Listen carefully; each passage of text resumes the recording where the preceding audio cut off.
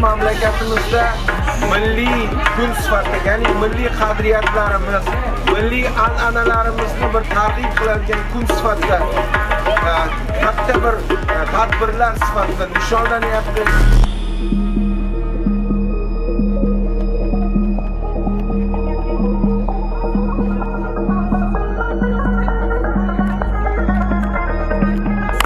Salam, kelin salam, hokim bojonga.